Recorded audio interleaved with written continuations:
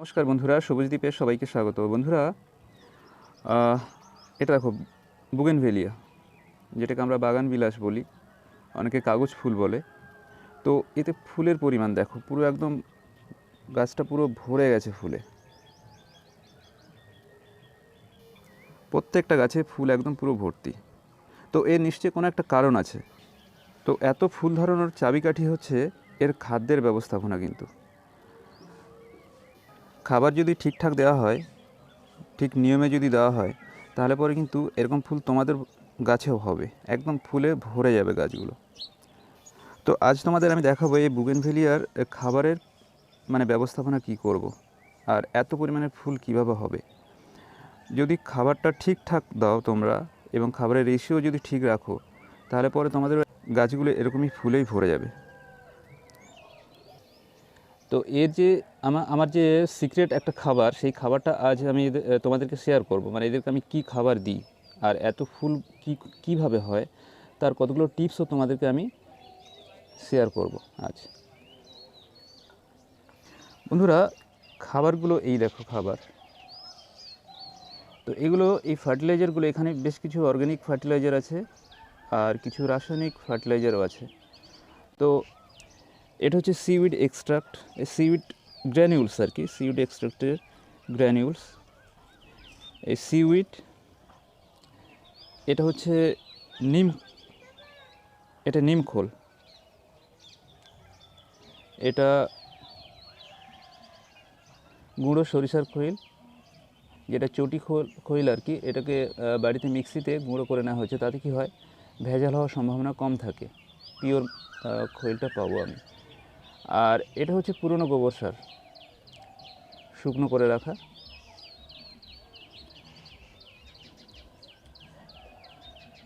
এটা বোন মিল বলতে এটা কিন্তু স্টিমড বোন মিল। আর এটা ম্যাগনেসিয়াম সালফেট, যেটাকে আমরা বলি এপসাম সল্ট। আর এটা হচ্ছে এনপিকে 19-19-19। আর নিয়েছি আমি এটা সিঙ্গল সুপার ফসফেট নিয়েছি। আর এটা লাল পটাশ, যেটাকে আমরা এমওপি বলি, লাল পটাশ।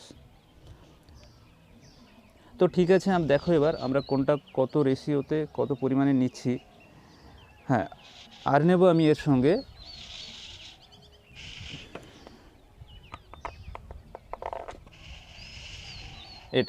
এটা হচ্ছে অ্যাগ্রোমিন ম্যাক্স।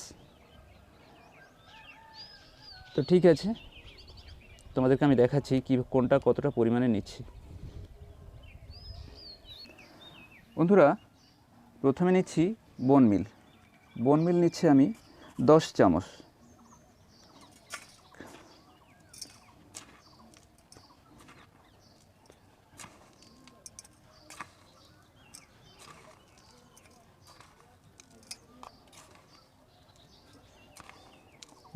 বোন মিল নিয়েছি। এবার নিচ্ছি আমি নিম খৈলটাও নেব আমি 10 চামচ।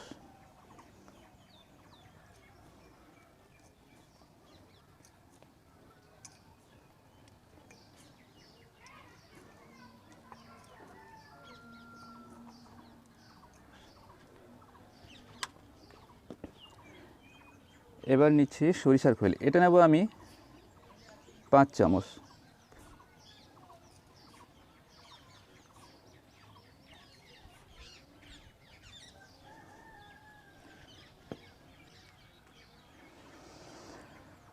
আর এটা আছে গোবর সার, পুরনো 2 বছরের পুরনো গোবর সার। এটা আমি 1 মুঠো পরিমাণ নিচ্ছি। এটা 1 মুঠোই আছে, 1 মুঠো একটু বেশি আছে, 1 মুঠো পরিমাণে নিলাম।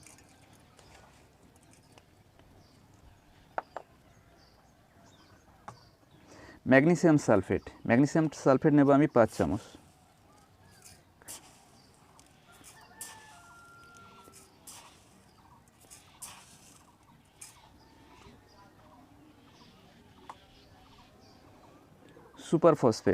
সুপার ফসফেট নিচ্ছি আমি 5 চামচ।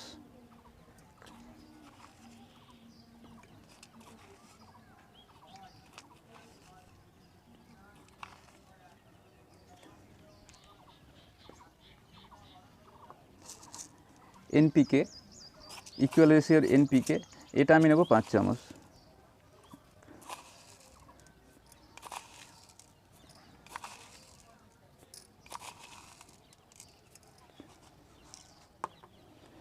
সিউইড যেটা আছে গ্র্যানিউলস, এটাও 5 চামচ নেব আমি।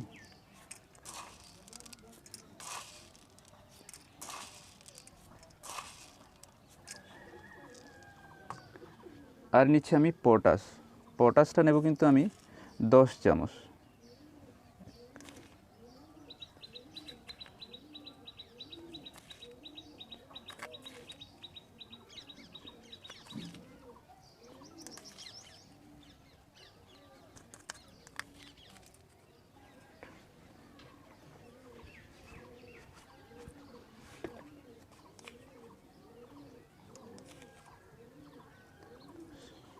দশ চামচ নিলাম।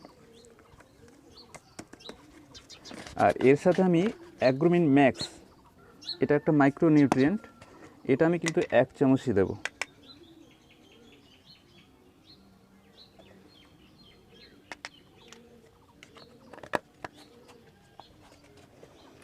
এবার এগুলোকে আমি ভালোভাবে মেশাবো।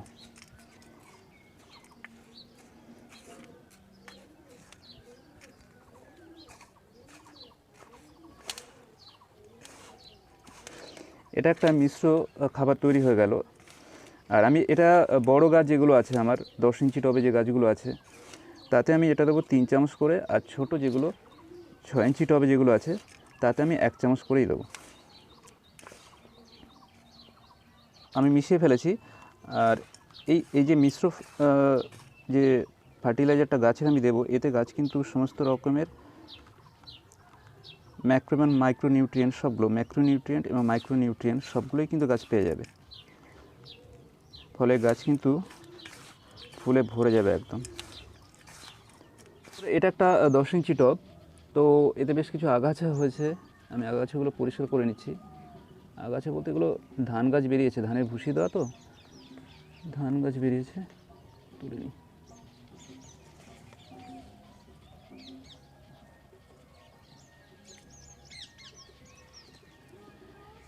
এতে মিশ্র খাবার কিন্তু আমি 3 চামচ দেব।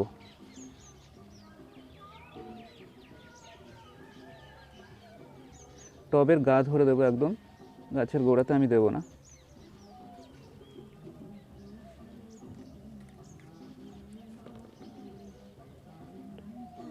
চারিধারে ঘুরিয়ে 3 চামচ দিয়ে দিলাম। দিয়ে এবার কি করব, আমি মাটিগুলোকে হালকা করে একটু খুশে দিচ্ছি ভালো করে।